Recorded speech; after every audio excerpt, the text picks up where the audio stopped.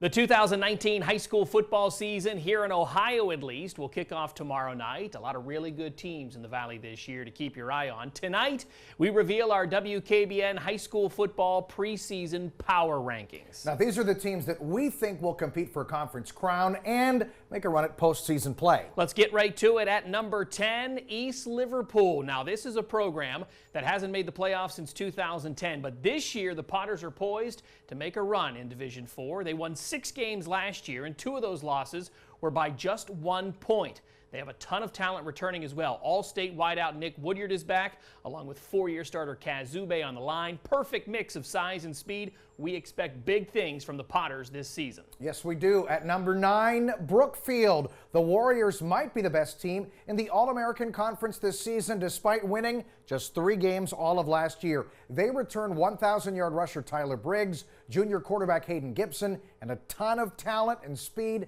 at those skill positions. This is a group the coaches have been waiting for. They expect to be in the playoffs this season. Moving on to number 8, we find Columbiana. The Clippers shared the Eastern Ohio Athletic Conference title last year, and just about everybody's back. Quarterback Jacob Cross threw for over 2,000 yards last year, and most of those weapons around him return as well. We're going to find out how good they really are very soon. Their toughest games of the schedule right off the bat. They open with Akron Manchester, a playoff team from last year, followed by McDonald, Springfield, and Southern Local, all of which are heavy hitters. That's a tough slate. Springfield checks in at number 7. The Tigers won 9 of their 10 games last year and missed the playoffs by less than 1 computer point. Can't get much closer than that. That's how tough it is to make the playoffs in Region 21. They're in the same boat this year, without a couple of key players returning, and quarterback Brandon Brungard and running back Luke Snyder. But this is a talented team with some really athletic and experienced players returning.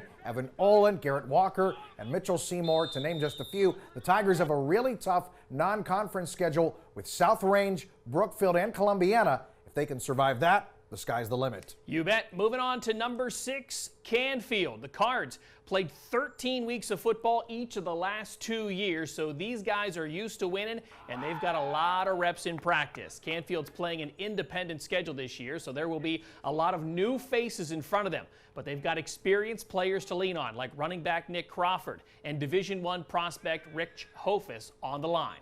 At number 5 is where we find the Girard Indians. Hard to believe a team that lost so many talented players to graduation would be ranked this high, but the Indians have loads of talent once again this season. 2 kids already committed to play Division I college football, wideout Nick Melito and lineman Hayden Gump. Throw in playmakers like Jimmy Jones, Morgan Clardy. The Indians could be in for yet another long playoff run. Absolutely. At number 4, how about Chaney? The Cowboys haven't played a game in 9 years, and they already have our attention. Some of the players from that Youngstown East playoff team from last year have made their way to the west side. Quarterback Delshawn Petrosky and wideout Marquand Heron joined the Cowboys, along with Keyshawn Davis and Miguel Burgess to carry the rock. On paper, this is a really good team, but we'll find out this Thursday when they take on Cardinal Mooney in our WKBN Game of the Week. At number 3 is where we find the Strothers Wildcats. Strothers looking to be the team to beat the Northeast 8 Conference this season. They have size and speed. They're also really big up front with some really athletic kids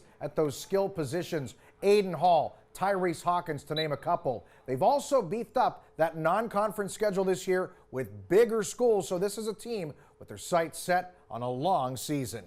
At number 2, Southern Local. The Indians won 9 games last year, shared the conference title, made the playoffs, and have just about everybody back. This is a high-powered team with high expectations. Quarterback Jay Sloan and wideout Cam Grodhouse have already shattered a bunch of school records themselves. Now they want to do something that no Southern Local team has done before, and that is win in the playoffs. Last but not least, we bring up number 1, Wilmington. This is the only team in our top 10 that has already won a game. The Hounds knocked off a very talented Sharon team last Friday night. They dominated up front. Ethan Susan and Darren Miller both rushing for over 100 yards. Wilmington was the Class 2A state runner-up last year, and it looks like they reloaded. Biggest game of the year might be this Friday night when they host reigning state champion Farrell in our WKBN Game of the Week. I think there's going to be a lot of Mercer County teams in our power rankings as we move along through the season. You bet. Farrell, Sharon, Hickory, Reynolds all look good. We expect to see them in the top 10 very soon. A lot of football to be played over the next 3 days, so make sure you tune in next Wednesday for the latest edition of our high school football power rankings right here at WKBN.com.